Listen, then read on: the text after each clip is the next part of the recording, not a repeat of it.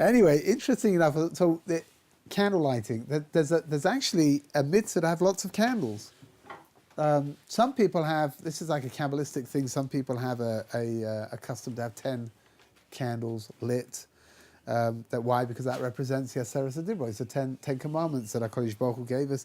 Others light 7 candles, which of course represents 7 days of the week. Interestingly enough, there's a slight halachic dimension over here.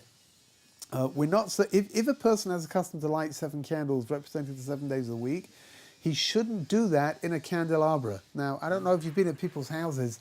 You know, you may have seen people will talk about the idea, but some people have the idea of the custom of lighting however many children there are, whatever, you know, right? So, you know, you've probably seen lots of different kinds of ways of lighting candelabra where everything's coming out of one central stem or different individual candle holders. There's a problem with having a candelabra that's got 7 branches. That ties back to the menorah that was lit in the temple, and we don't make things like that. So if a person has a custom to light 7 candles, one for each day of the week, they should make sure to put them into 7 different 7 different candle holders rather than into a candelabra which has got all the candles on one stem. Like I said, there is a custom which is very prevalent that some people have of lighting candles according to the children. So everyone starts off with 2 candles. After that, each time a child is born, you add another candle, right? So if you've got 3 children in the family, there'll be 5 candles. If you've got 6 children in the family, there'll be 8 candles. And I can't work out any more than that. That's my maximum, mathematical abilities. But I'm sure you can work it out by yourselves. It's a very beautiful idea. It really is. Do you have to do it? You don't have to do it, right? The minimum again is 2 candles. Some people, my mother, for her entire life or entire married life, only ever lit 2 candles. That's what she did. That was her custom. My wife lights candles according to her mother's custom, which is 1 according to each child in the family. So we've got, Baruch Hashem, we have 7 children. We have 9 Shabbos candles being lit. Whatever you do. Holders. Actually, they're in separate holders. Yeah. Although when you've got 9, you can have them in a candelabra because it's again the problem is 7. Do you have to light the 2? Could you light them all at the same time and then say? Yeah. What you should do one end and start at the other end. what she does is she lights them all and then she makes a bracha. Okay. Right now, again, what's the problem? Because if you just light the first 2 and make the bracha, then it's Shabbos, and then you can't light the rest of them afterwards, right? So they're all going to be lit at the same time. It's interesting that there is an opinion, according to some authorities, that the 2 candles that are lit for Shamor v'Zachor, remember we spoke about that yesterday, the idea of guarding and remembering Shabbos, should be identifiable. Yeah. Right, so maybe that means having 2 candlesticks that are taller than the other candlesticks, right? Just to make sure that you can see what's going on. However, it must be said that there are other poskim, including the Ramah, which is the sort of the standard Ashkenazi approach, which doesn't seem to suggest that. So again, whatever you do, it's going to be okay, right? If you're going to set aside 2 that are going to be bigger, that's great. If you're not, for example, when you're lighting a candelabra, so normally all the things are they're the same height, the same level. So again, whatever you're going to do, it's going to be fine. When you go to somebody else's house, let's say you have the custom, like I have in my home, the custom is to light 2 candles for Shamos v'Zachor and then to light candles for the children as well. But when you go to somebody's house, you don't have to do that. When you're a guest by somebody else, you should just light the 2 candles of Shamor v'Zachor. However, in your own home, you should light the amount that you normally light and you should not decrease. And unless there's an overwhelming reason why somebody wants to do that, you shouldn't light less than you would normally light. And that counts also when you've got a husband lighting. So let's say, for example, a wife is away or the wife is not feeling well and she wants her husband to light the candles. He should light the same amount of candles that his wife would light. What about Chas v'shalom if someone was to lose a child? Yeah, so it's a very sensitive issue. I don't know. I think really with something like this, because we're not talking about halacha, we're really talking about customs, what's customary. I think that each family should do whatever, the mother and the wife, she should do whatever she feels is best for her. So I'm sure that some people would want to carry on lighting the candle because it's some kind of a remembrance, that we had X amount of children and now we don't. And other people may say, no, this is too difficult. I don't want to do it, and I'm going to light one less. It's going to make you sad on Shabbos. Yeah. You shouldn't do things which make you sad on Shabbos. You certainly shouldn't do things which are going to make you cry on Shabbos. I think each person, each family is going to have to, unfortunately, no one should ever know from these things, right? But they do happen, and each family would have to grapple with it in their own way, right? And decide what is going to be best for them. Okay, what should you use in order to light your Shabbos candle? So first of all, it's important that you use wicks and a burning substance that are going to have a nice flame.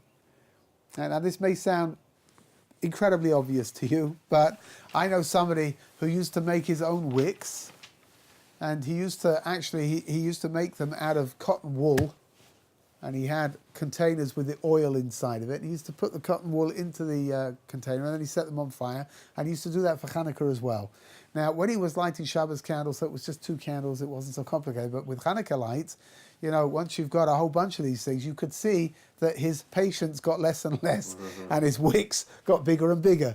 At the beginning, they're sort of very nice and thin, and each one's standing, and then after a while, it's like a wad of cotton wool that's been stuffed into the receptacle. And I remember when he lit these things, the smoke just billowed everywhere. It was like great big black smoke that was flying all over the place. So you should use candles or oil and wicks that are going to give off a nice light. Baruch Hashem, today it's easy, right? It's easy to find these things. First of all, wax candles burn beautifully. Secondly, there are an awful lot of different methods of using olive oil to light Shabbos candles. That's the optimal way of lighting Shabbos candles is using olive oil. And there are all kinds of different ways. So it's interesting. Today they have, aside from regular liquid olive oil that you can just pour into the container and then put a little floating wick on top, they sell today congealed olive oil candles. And they go into a receptacle, and when you light them, they begin to melt, and they become liquid, right? But they're easier to store because they're like in a box, and they look like they're sort of like they're short and fat, and they last a good long time, 4 or 5 hours for sure. The Gemara says that if you use olive oil in order to light your Shabbos candles, right? If you good quality olive oil to light Shabbos candles, then you'll have children in Mirz Hashem who will light up the world with their Torah knowledge, because the Torah knowledge is compared to olive oil, right? One of the things that the Gemara says that getting olive oil requires crushing the olives and squeezing out the oil, and it's the same too with understanding Torah, that we have to work hard in order to be able to understand Torah properly, and so there's a kind of a connection between the two. This is specifically for oil. For oil, yeah. Again, the poskim today, the authorities today, are all of the opinion that wax candles are a perfectly adequate method of lighting candles. Right, wax candles today, like I said before, they give off a great light, they burn beautifully, and it's very good. Imkol's there with all of that, right? There is definitely an inyan to use olive oil if you can. I know some people that add olive oil into the, if they've got if they've got these containers with the wax candle inside of it, they'll add a bit of olive oil into that to let it all mix together. And some people who use olive oil for the shamov v'zachor, and for the other ones they'll use regular wax. And some people use olive oil for everything, and some people use wax for everything. Again, you have to work out what's best for you, what's good for you. They now have, I've seen rather interesting looking things that come in glass containers, and you fill them up with paraffin of some kind, and they have a wick coming out of the top, and people burn those as well. Again, whatever you do, it's going to be great. You should just light Shabbos candles. Okay, just here, an interesting practical dimension over here, which again may not be very practical at all when you stop and think about it, but there is a concept in the halacha which says ein ma'avirin ala mitzvahs, that you're not supposed to, if you've got a mitzvah right in front of you, you're not supposed to pass over that mitzvah to do another one. So, for example, you've got your Shabbos candles in front of you, you've got your two main Shabbos candles, which are normally the bigger ones at the back, and then the other ones at the front. So it could be that it would be better to light the ones at the front first, because ein ma'avirin ala mitzvahs, right? They're there right now. You shouldn't light the ones at the back first and then light the ones at the front. However, before anybody gets too excited over here, if it's going to be dangerous to do that, which it probably will be, right?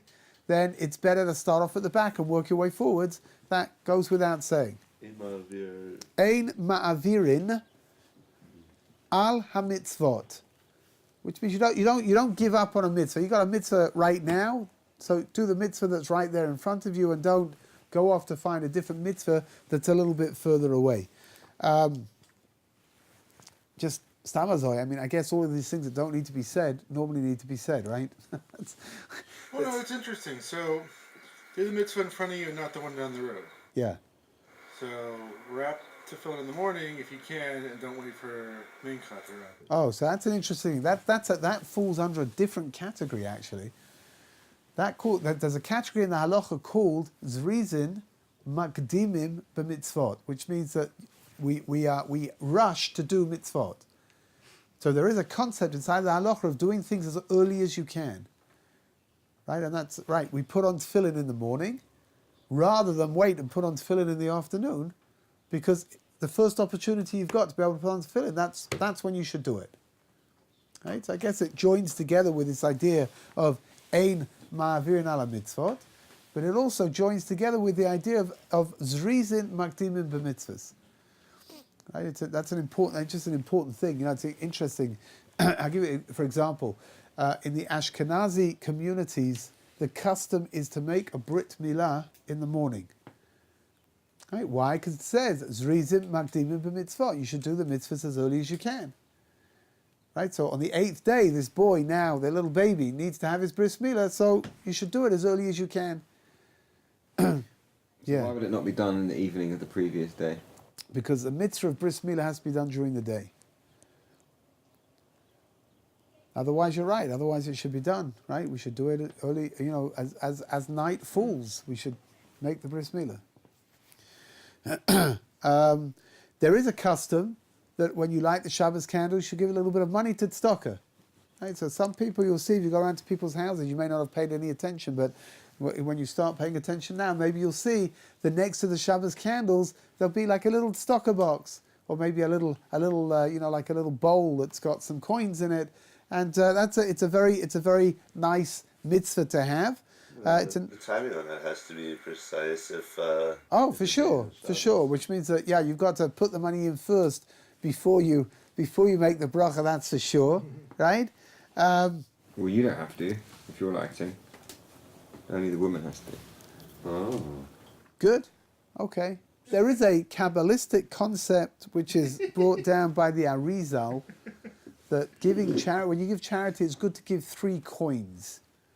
Now, you may have seen this. I don't know if you paid any attention, but in your Siddur, in the morning, when you get towards the end of Pesukei D'Zimra, so it says that Kodesh Baruch Hu rules the entire world, and over there's a custom at that moment to give 3 coins to charity. That was a custom of the Arizal. And there's a custom over here as well for women, if they can, to give 3 coins. They don't have to be big coins. Right? They could be, 10 agarot pieces. That's fine. Right? But the idea of giving 3. There's a beautiful custom. After women have lit the candles, after the wives have lit the candles, wives and mothers, so what do? They make the bracha, and then they're not finished. Then they daven that HaKadosh Baruch Hu should bless her with children, or that the children that she's got should be blessed, right? It's what's called an 8 ratzon. It's a moment of, a very opportune moment to be able to tap into God's blessings and God's mercy. And you should ask that your children, Emet Hashem, your children should grow up to be Torah scholars, that your children should grow up to be well and healthy and to be sources of great nachat, of joy to you and to the parents and to everybody. Right? I mean, it's a wonderful opportunity to be able to do that. So is it like a special time for blessing? Like, as Shabbos is coming in, the energy of Hashem is filling the home around the candles, and therefore the prayers are more potent? Yeah. Yeah, it's like what are these things called? A window of opportunity. That, like you say, that the house fills up with this. First of all, it fills up with a sense of serenity. There's something incredible. This Erev Shabbos is nuts, right? It's just crazy. People are running all over the place trying to get everything ready and get the kids bathed and make sure that everything's on the platter and ready and whew. And there's the most incredible moment. That's it. Shabbos, when the Shabbos candles are lit, as they're being lit, it's like that's it. You can't do anything else now. That's it. You're done. And this incredible sense of tranquility. It's what I've seen in many, many homes, in my own home included. Right? There's just a moment of incredible tranquility as the candles are being lit, and it's like that's it. You're done. And I guess that tranquility is what allows you to tap into that incredible sense of HaKadosh Baruch Hu being there together with you, and the house filling up with that opportunity to give brachas. Now, this might be a little off topic, and if we want to save it for another time, we can. When were we ever on topic? So, blessings at the lighting of the Shabbos candle, blessings at the kotel, and blessings at a bris. Are those three on par with each other? Also from a chasana as well. Yeah, I think so. Or would At a wedding as well. You're right. Under the chuppah is the most incredible, potent moment. No, I think that they're. You know what? Again, I'm not a Kabbalist, right? I mean, of course I am, but I can't share this stuff with you. You know that you're far too puny. For sure. But I don't know. It is conceivable that each one of those has got a slightly different dimension to it, right? But the potency, I think, is the same. Just maybe if you were to speak to somebody who understands from these things, they'll tell you that this is a Erev Shabbos is a moment to pray for this kind of a thing. At a bris milah, that's a time to ask for this kind of a thing. Under the chuppah, that's a time to They do say it's interesting that these moments and the kotel is like it's definitely the right time to be praying for things, like as if the heavens open and there's just this moment of incredible potential that's there that you can tap into. For example, they say this is already brought down in all kinds of different sources, but at a bris milah, when the baby begins to cry, as the bris milah is being done, not very often the baby will cry when it's being undressed because it's uncomfortable, right? But as the bris milah is being done, and the baby begins to cry, and those cries, they pierce the heavens, and that's you can join together, right? And you can get your prayers up there. The cry. Something like that, right? It's like you're hustling your way in, right? This baby has opened up the heavens with the purity of its cries, and you're gonna stuff your blessings in there as well. And it's a time to be able to ask HaKadosh Baruch Hu for all kinds of things. So yeah, for sure. I think they're all on a par, but like I said, maybe one's got a slightly different dimension to the other one. I'm not sure, but definitely those are moments to utilize to be able to grab a hold of as much blessing as you can. Don't be ashamed, right? To grab as much as you can. Seize the moment. What do you do with the match? Not you. We're talking now about the ladies, right? Swallow it. Brace. Gosh. Here, so according to most authorities, if you haven't made the bracha yet, it's not Shabbos yet. So you can light the candles and then you can shake the flame out, right? And then you can just get rid of the match. You can throw it away or you can do whatever you want, right? That's until the bracha is being made. So for example, more than that, let's say that the wife she's lit the candles, but she suddenly realizes that she's forgotten to leave a light on somewhere. Or she's forgotten to put something on the hot plate to make the food warm. Yeah, can she do that? So according to most of the authorities, until she makes the bracha, it's not yet Shabbos. So she can quickly go and finish up whatever needs to be finished up in order to get it done. But the bracha should quickly follow. As a rule, right, the action and the bracha should go together. There really shouldn't be a gap between the two. But if it's something important, so let's say she's left the baby in the bath. Whatever. Some authorities are of the opinion that once you've lit the candles, that is accepting upon herself Shabbos. That's what she's doing, right? And then she shouldn't be doing anything else over here except for making the bracha. Does not Shabbos come in when there's 3 stars in the sky no matter what you do? That is a court. Yeah. So what's the pshat? Pshat is like this. That we spoke about this the other day. That women took upon themselves the responsibility of lighting the Shabbos candles, and by lighting the Shabbos candles, they're bringing in Shabbos. That's like an additional dimension of their Shabbos candle lighting. And the practical ramification of it is, like we mentioned, that if let's say, for example, you're lighting candles at home and then you're going to eat by a friend on Friday night, and you want to travel there, it's going to be simpler to drive over there. When the wife comes to light the candles, she needs to make a condition that I'm lighting the candles now, but I'm not bringing in Shabbos until I get to where we're going to, right? Men, it's less complicated because men didn't take upon themselves the responsibility and the obligation of bringing in Shabbos when they light the Shabbos candles.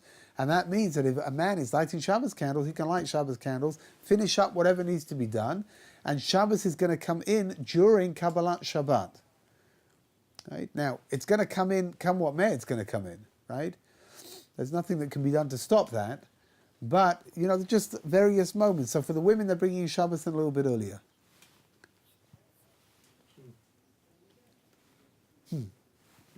We'll take that as a You may notice, I don't know, some ladies have the custom when they come to light the Shabbos candles that once they've lit the candles, they don't extinguish the flame on the match, and they just let it burn down. Just in case it is Shabbos.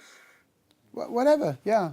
Which means if the lighting of the Shabbos candles is what has brought in Shabbos for you, so now it's forbidden for you to extinguish the match. So you may see, I don't know, again, wherever you go, maybe next time you go places for Shabbos, keep an eye out just to see what's going on. You may be interested, you may find some interesting customs that are going on over there. If she does need to walk away to take care of something else before Shabbos comes in, after lighting the candles, would it be better to blow them out and light them again? No, I don't think so. At that point, I think it's okay, so long as it's something important, right? What you may notice is that sometimes the lady, after she's lit the candles, so she'll take the match, her husband will take the match from her. Because for him it's not Shabbos yet, right? So he can put out the match and there's no problem with him shaking it out and then throwing the thing away. For her, maybe it's a problem. Again, when a woman lights the candles and she makes a bracha, it's Shabbos, that's it. That's according to all opinions, it's now Shabbos, even if it's before sunset, right? So here in Jerusalem, right, the accepted custom around the world is that women light the Shabbos candles 18 minutes before sunset.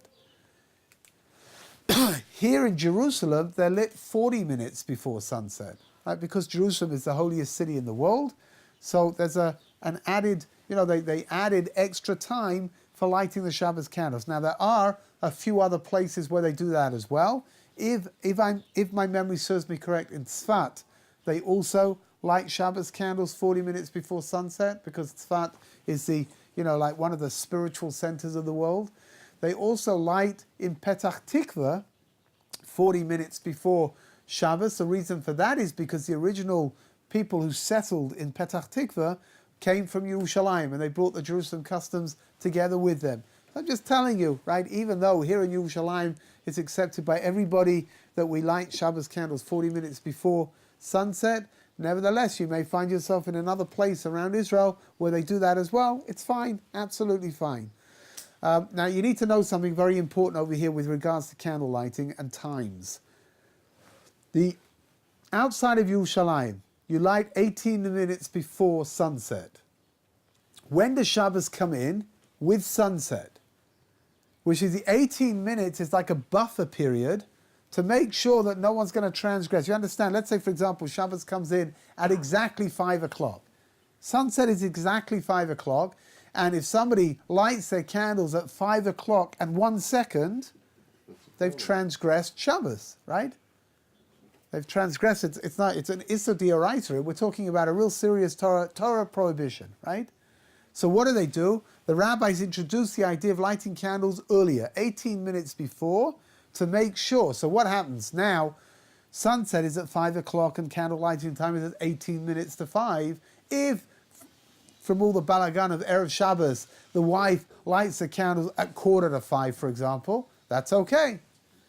She hasn't transgressed anything, right? It's still best to light 18 minutes before at the prescribed time, but if it doesn't work out, that's okay. Here in Yerushalayim, you've got even more time, 40 minutes before sunset. So let's say now Shabbos, right, sunset is at 5 o'clock, and at 20 past 4, that's going to be candle lighting time here in Jerusalem. And if a person lights at 4:30 instead, that's okay. You haven't transgressed anything. Yeah. I have a couple of questions. First one is, what if someone, for some reason, was not able to light the Shabbos candles, and then Shabbos has come in? That's the first question.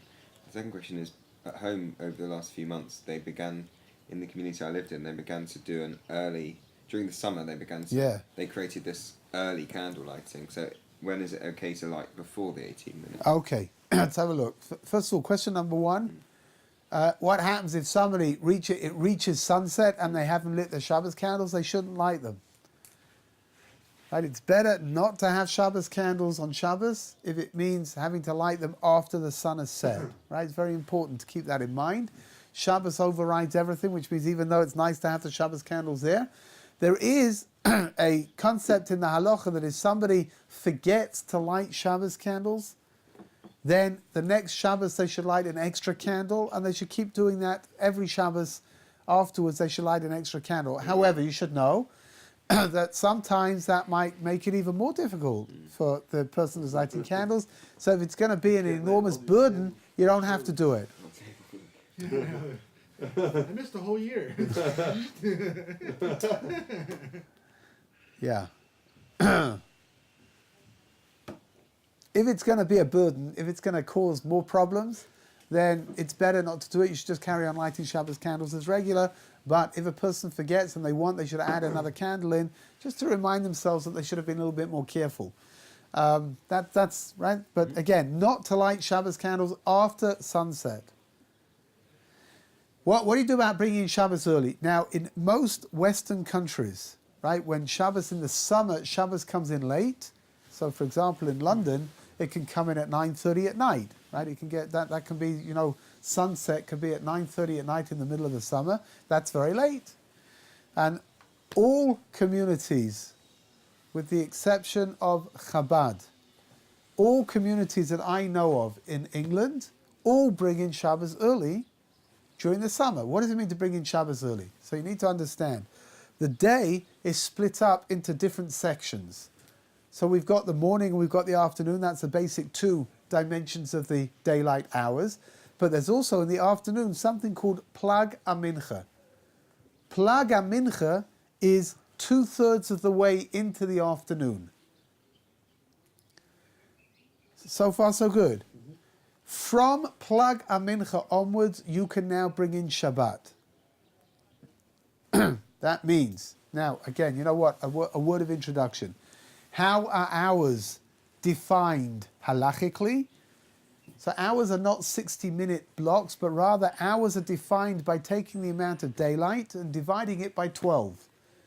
So in the summer you're going to have long hours, and in the winter you're going to have short hours.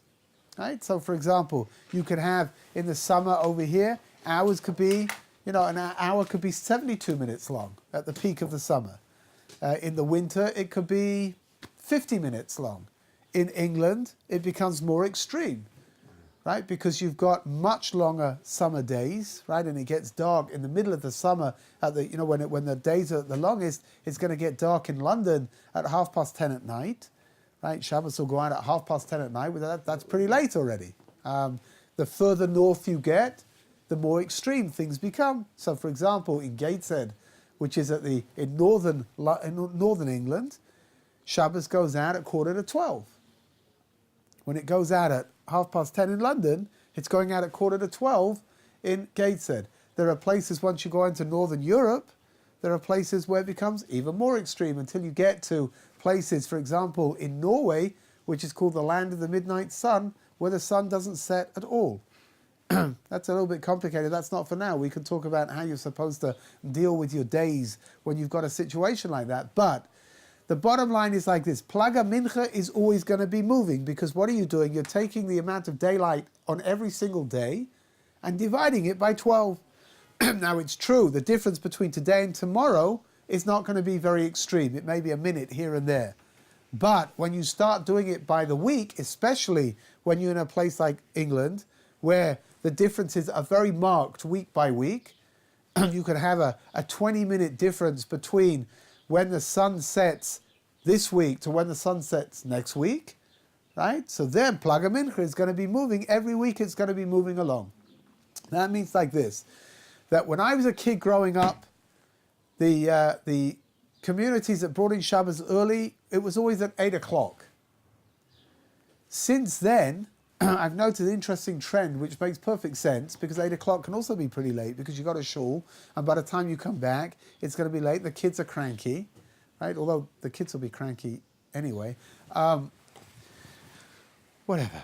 So now most communities bring in Shabbos at 7:30, which is great. That's a very nice time. It's a very easy time to make Shabbos with. Now, what does it mean? It means, let's say Plaga Mincha is at 7:30, you can now light your Shabbos candles at 7:30. You can't light them before, but from 7:30 onwards you can light your Shabbos candles. More importantly, when the husband goes off to daven and to bring in Shabbos with his community at 7:30, the wife is not obligated to do so.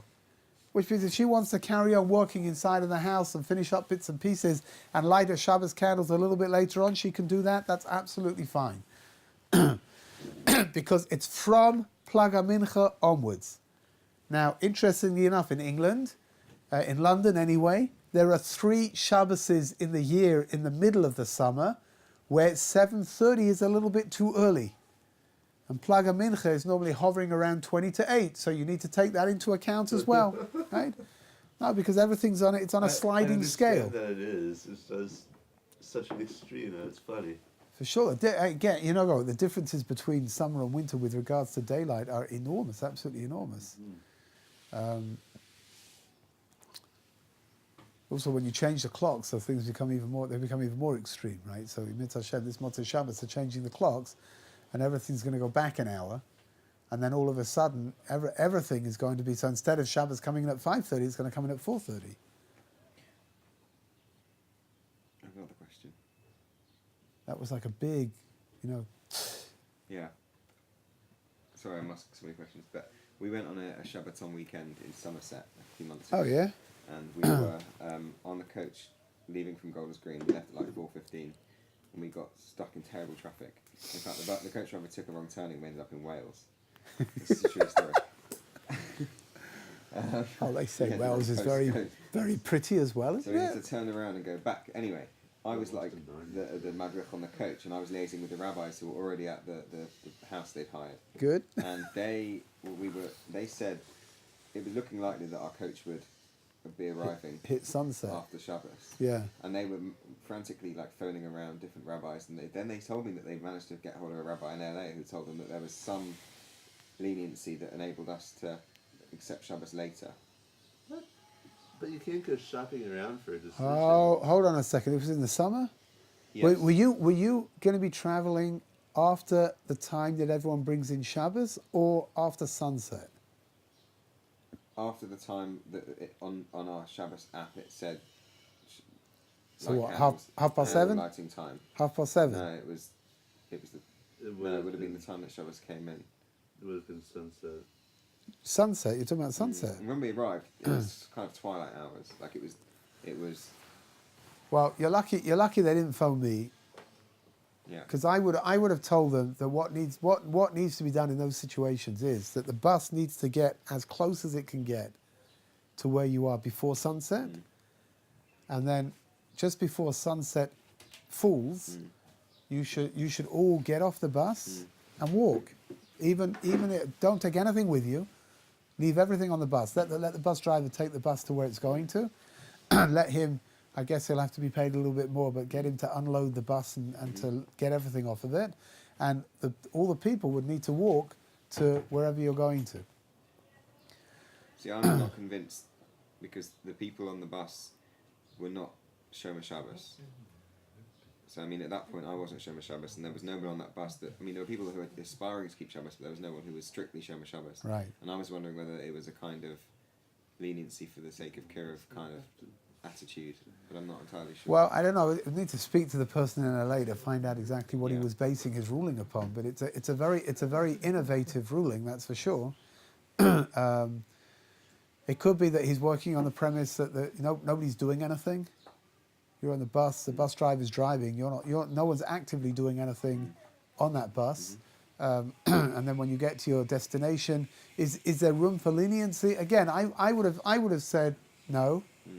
I would have said, tell the fellow to put his foot down and get as close as he can to where you're supposed to be, and then just walk the last little way. I don't think we would have got there if we tried to walk.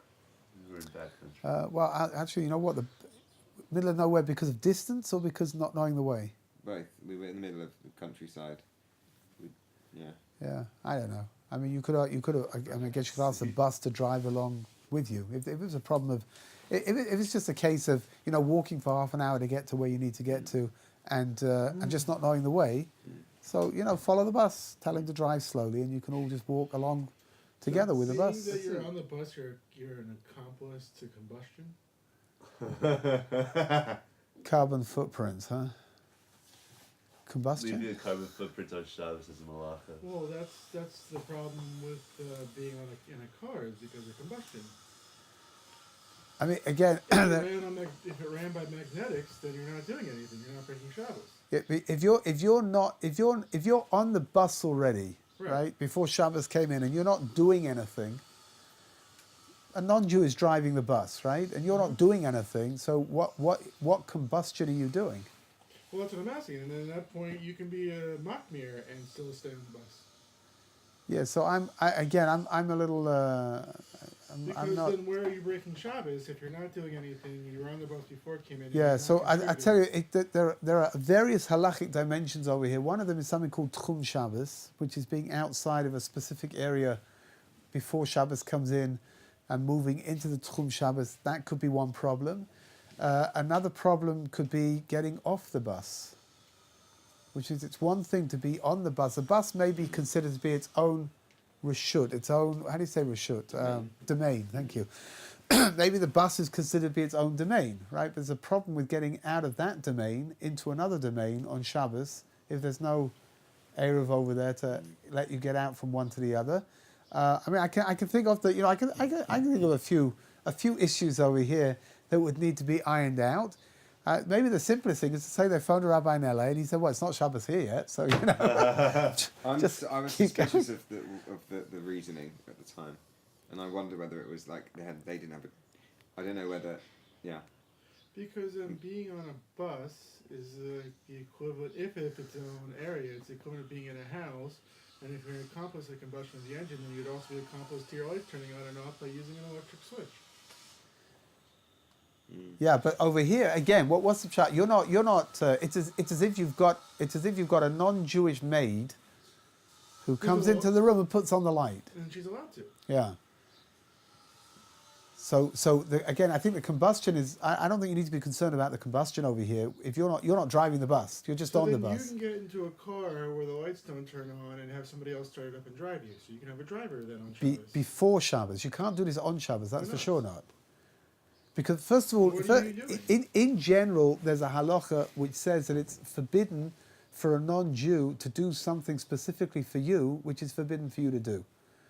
Right, so if you've got a non-Jewish maid who walks into your house, right, into your room, and she puts on the light because she's got to see what she needs to do, and you just happen to be sitting over there, and now you can read that Chumash that you're dying to read, that's fine. But if you say non-Jewish maid, you say, listen, can you put the lights on? That's a problem. Yeah, but you can say to her, it's kind of dark in here. Yeah, okay, so she picks up the hint, and if she doesn't, she doesn't. Once the lights are on, can you specifically ask, please don't turn the lights off? Oh yeah, because they're not doing anything, right? You see the difference between passive. You see the difference between the two, which means that the light is on. Oh, do me a favor, on your way out, could you just leave the light on? Don't switch it off. Oh, it's gonna be such a long walk to my neighbor's house. Oh, I'm driving that way anyway. Jump in the back. There's again, how many prohibitions do you want me to come up with? I mean, the first prohibition, of course, is the problem of the lights coming on when you open the door, right? That's one. So what about the lights going on with your little timer switch? Oh, that's different. Why? Which means that if you're opening the door to get into the car and Who closing says you the open door. Why can't they open the door for you? They're just being a gentleman. Maybe you're a lady. I thought you would never notice. There is an additional problem over here, which is a problem which fits across not just Shabbat, it fits across almost everything we do, which is a concept which is very, very fundamental, very important, called Marit Ayin. Mm-hmm. Marit Ayin is doing something which is permissible, but which looks wrong. So, for example, the classic example that's given of Marit Ayin is when on Shabbos, you're walking down the street on Shabbos, and you go into the store to find out what the time is, right? And nobody realizes. They see you. I saw so and so going in, and he went into he went into the grocery over there. I saw him. He buys things on Shabbos. Right now, what's the problem? Did you do anything wrong? You didn't do anything wrong. You went in to find out the time. That's all you did, right? You didn't transgress anything, right? But it's a problem in the eyes of the people that are watching you.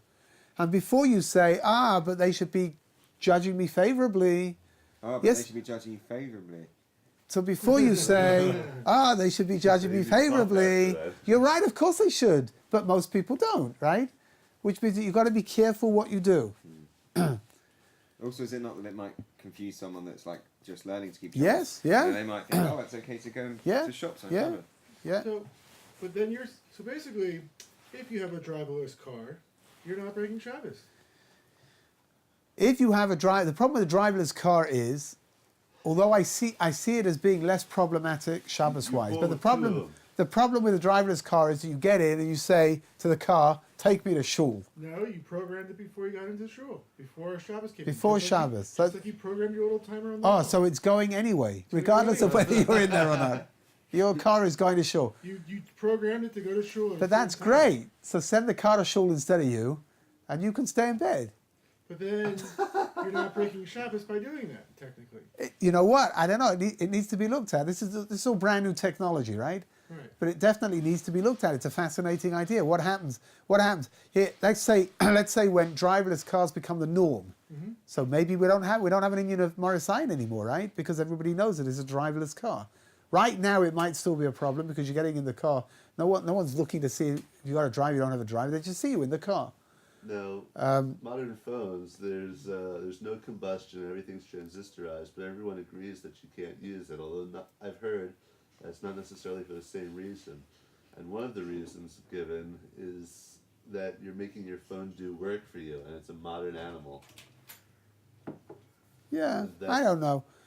I would say like this. First of all, I would say, you know what, maybe there's another dimension of Shabbos called uvda lechol, which is not doing weekday things on Shabbos. Now, I don't know about the car. When driverless cars become the norm, and when the technology is such that maybe there is no problem over here with obvious chilul Shabbos, of transgressing Shabbos, then at that point, the rabbis, the halakhic authorities, are going to have to sit down and work out whether it's okay or it's not okay. It's a fascinating thing. We're not there yet. It's going to take, I think it's going to take, 50, 60 years. Maybe less. Maybe less, but, a few decades, I think, until we've worked out exactly what's going on. But you know what? In Mitzvah Hashem, at that point, we'll have to work it out. It could be, imagine it could be that at some point in the future we will be able to drive to shul on Shabbos. It's not in the spirit of Shabbos. No, it's not in the spirit of Shabbos. But again, it's interesting. Going back to Rav Moshe Feinstein, I was just going to say, going back to Rav Moshe Feinstein, who said not to use a timer switch on Shabbos because it's not in the spirit of Shabbos. So here, you know what? Maybe at some point, right? So maybe at some point there'll be. I'm sure there'll be an enormous debate. Some people will say like this. Some people will say like that. And ultimately, we'll find out. Maybe we'll find out. Switches. Not that I know of. But nobody alive today is willing to admit that they're a high enough rabbinical source to decide that kind of stuff. No, that's not true. No, what's high enough to overrule? You can't overrule something which has been ruled from before, but it's not correct because every generation has to grapple with whatever's happening in its generation, and you can't have the halakhic authorities getting up and saying, well, I wish I knew what to tell you, but I can't. We're not big enough to make these decisions because the decisions have to be made. So when I first got here, I asked, why isn't there something in the Siddur directly addressing the tragedy of the Holocaust, as we did for the ones where you had the bodies that didn't rot for 3 months or Yeah. whatever it was. And every answer I got is that there's no rabbi thinks that they are on a high enough level to decide something to be added to the Siddur. Yeah. So that's something which is it's a very different classification. The Siddur was introduced by the men of the Great Assembly. The men of the Great Assembly were going back now to the end of the First Temple period and the beginning of the Second Temple period. We're talking about a body of sages, of 400 plus sages, who were imbued with Ruach HaKodesh, with divine inspiration. When they put together the tefillahs that we have, they're putting together something which it covers everything that we need inside of the format of tefillah. Now, to come along and say we should add to this or we should change this, that's something which is very difficult to do. But even the other day, you just said that even 500 years ago, there was something that the entire community... L'chodoidi added in, again, it depends where you want to put this in. If you want to put it into benching, it's a problem because the beginning of benching is mandated by the Torah, so you can't really play around with that. If you want to put it into the Amida, it's a problem because that's from the men of the Great Assembly. If you want, I'll give you an example. If you take a look in the Kinot, which are the lamentations that are recited on the 9th of Av, right? So you'll see over there 2 Kinot that were added in recently about the Holocaust. And it's interesting, if you read the introduction over there, ArtScroll's got a very interesting introduction where both the rabbis that wrote the Kinot, neither of them are alive today, but both of them were very, very great rabbis in the generation, and both of them said that they were reluctant to do so at the beginning because they felt that they didn't have the poetic ability to express what it was that they were trying to say, until they realized that there was a pressing need. So they added them in. So inside is something like Kinot, where we're sitting down and we're mourning not just the destruction of the temple, we're mourning everything that's happened to the Jewish communities over all the generations. For sure, over there, it's fine to put something in. And if somebody wants to add one, even something even more current about all the terrible tragedies that have taken place in the land of Israel over the last, 20 years or whatever it is. So for sure it's okay to do that. They added the prayer for the royal family. Prayer for the royal family has been in for a long time, right? But it's been in, it's all over Europe, it's been in for a long time. That's something which is already the mandate to put in the prayer is something which has existed for thousands of years. You guys do prayer for the president? No. We don't want him to. But it's interesting. Where's it put in? It's put in a place which is not considered to be prayer that was introduced by the men of the Great Assembly, which means it's a lot simpler to add in a prayer over there than somewhere else. So prayer is one thing, right? Halacha is something else. We don't have the luxury of being able to say, wow, I wish I knew what the halacha was for this, but I don't, we're too small in this generation to know, because what do you mean? We've got to know. Person's got to know whether it's okay or it's not okay.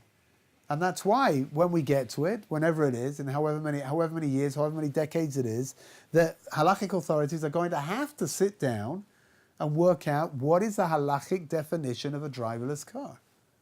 Now, would that also could their decision be considered a hashkafa, or it's a No, so over here it will be at the end. It will be halacha. Will there be lots of hashkafa blending its way through? Yeah, for sure.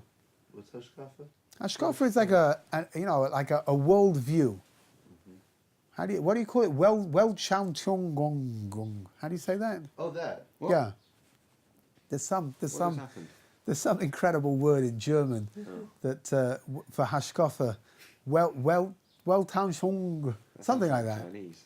No, that's dim sum. Chinese is fried wontons. Whatever, I know lots of Chinese words. I really do. Like Peking duck. But you hear, which means like this, that it's almost impossible to separate hashkafa from halacha, but at the end of the day, I need to know what I can and can't do. Right? So I need a yes or a no. Okay, well, on that definitive note, right, we're going to stop over here. no. And I say yes. Very much. Although I did see a bumper sticker in London once which said the answer is maybe, and that's final.